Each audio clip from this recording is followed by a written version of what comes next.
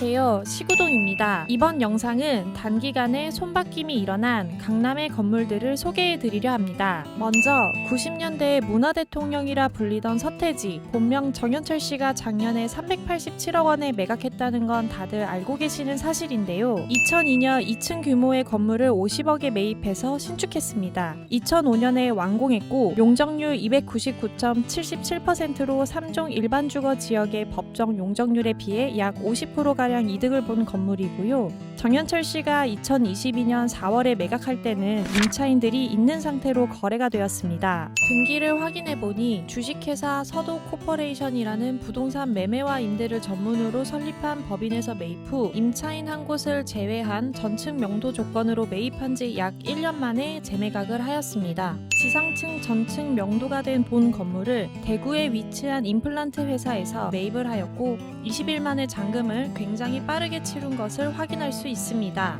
본 건물은 2010년 9호선 개통공사가 진행되기 전부터 병원이 임차인으로 있었으며 2017년 이후부터 거래 시점까지도 메디컬 빌딩으로 자리매김하였고 이번에 매입을 한 매수자분은 치과용 기기 제조업으로서 뚜렷한 목적을 가지고 매입을 한 사례입니다. 주식회사 메가젠 임플란트는 서울 강남사옥 본 건물에 쇼룸으로 사용 예정이며 치과 개원 서비스를 진행한다고 하니 두 마리의 토끼를 잡았다 볼 수 있겠습니다. 매도인 역시 강남구 대로변의 매물을 잘 잡아 임차인 명도하여 사옥이 필요한 적합한 분에게 1년 만에 63억의 시세 차익을 본 성공 투자 사례라 볼 수 있겠습니다. 물론 기타 취득세, 양도세, 중개수수료, 법무사 비용, 명도 비용을 포함하여 약 40%가량 제한다고 보았을 때도 1년 투자로 약 40억 정도 이득을 보았다 예상 가능하네요. 언주역은 문화적 상권이 있는 입지는 아니지만 차병원을 중심으로 다양한 병원 및 이디야 등 사옥들이 위치한 탄탄한 오피스 상권이며 유동인구의 흐름이 안정적인 입지라 사옥을 찾으시는 분들에게 오래된 다가구 주택을 매입하여 리모델링이나 신축을 추천드리는 상권 지역 중에 하나입니다.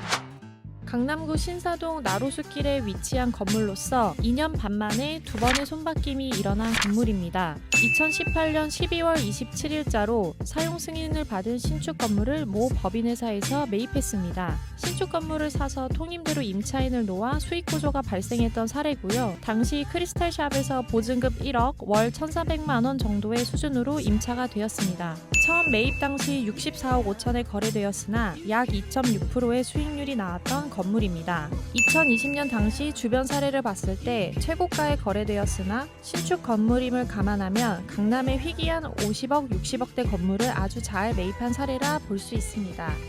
2023년 3월 실거래가를 보면 2년 반 만에 28억 5천의 시세 차익을 받고요. 사실 매도자는 호가 115억으로 재매각하길 원했지만 2022년 하반기부터 이번 연도 초까지 금리가 7%까지도 상승하면서 시장이 얼어붙고 매수자분들의 움직임이 거의 없었기 때문에 금액이 내려왔고요. 당시 상황에서 매도인 분께서도 잘 매각했고 필요에 의해 매수자도 강남구 100억 아래 승강기 있는 신축 건물을 합리적으로 매입했다 볼 수 있습니다. 얘기를 하다 보니 위와 비슷한 사례가 하나 더 생각이 나네요. 잔금이 매우 빠르게 진행되었던 신사동 건물인데요. 가로수길 이면 코너에 있는 바로 이 건물입니다.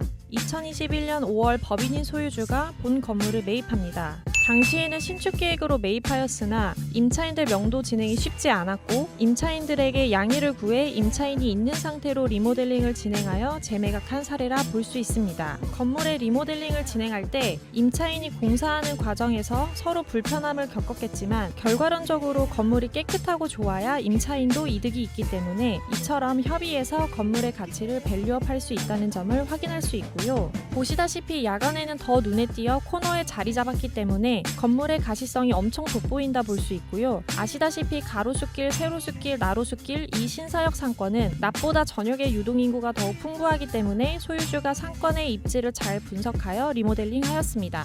한국 리모델링 건축대전에서 특선을 한 건물이기도 합니다. 본 건물 역시 최초 매매가 170억으로 시작했으나 금리로 인한 시장이 불안정적이었고 매도자분께서 꼭 매각을 해야 되는 사정이 있었기 때문에 합리적으로 판단하여 금액을 낮춰 빠르게 매각을 한 사례라 볼 수 있겠습니다.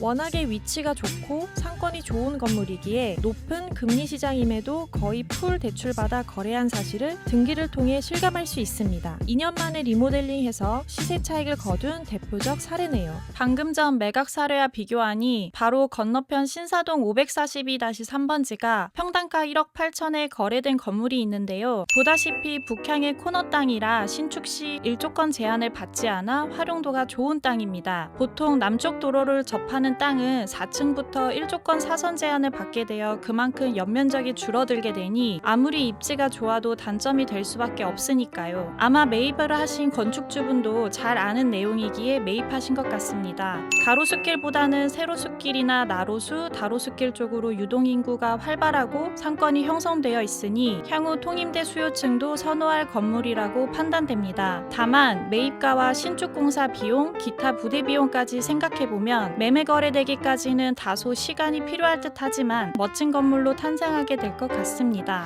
역삼동 주변에 근린생활시설 건물이 인접한 최근에 계약이 된 다가구 주택 건물이 있는데요. 평당가 1억으로 강남구 50억 미만의 매물로서 꽤 메리트가 있던 투자용 건물입니다. 매도자 전층 책임 용도까지 해주는 조건이라서 매수자 입장에서는 굉장히 메리트가 있었던 건물이고 49억에 계약되었습니다. 50억 미만의 건물을 리모델링한다고 가정했을 때 리모델링 비용을 러프하게 약 10억 정도로 잡고 향후 사옥용으로 쓰거나 수익용 통임대를 맞춘다고 가정했을 때 가장 수요층이 많은 금액대인 70억에서 80억 사이로 엑시트 가능한 투자 가치가 매우 좋았던 건물입니다. 지금까지 4가지 밸류업의 방식으로 어떻게 빌딩 투자를 성공시킬 수 있는지에 대해 말씀드렸습니다. 아래의 번호로 연락 주시면 실경험을 바탕으로 투자 상담을 도와드리겠습니다. 지금까지 시구동이었습니다. 감사합니다.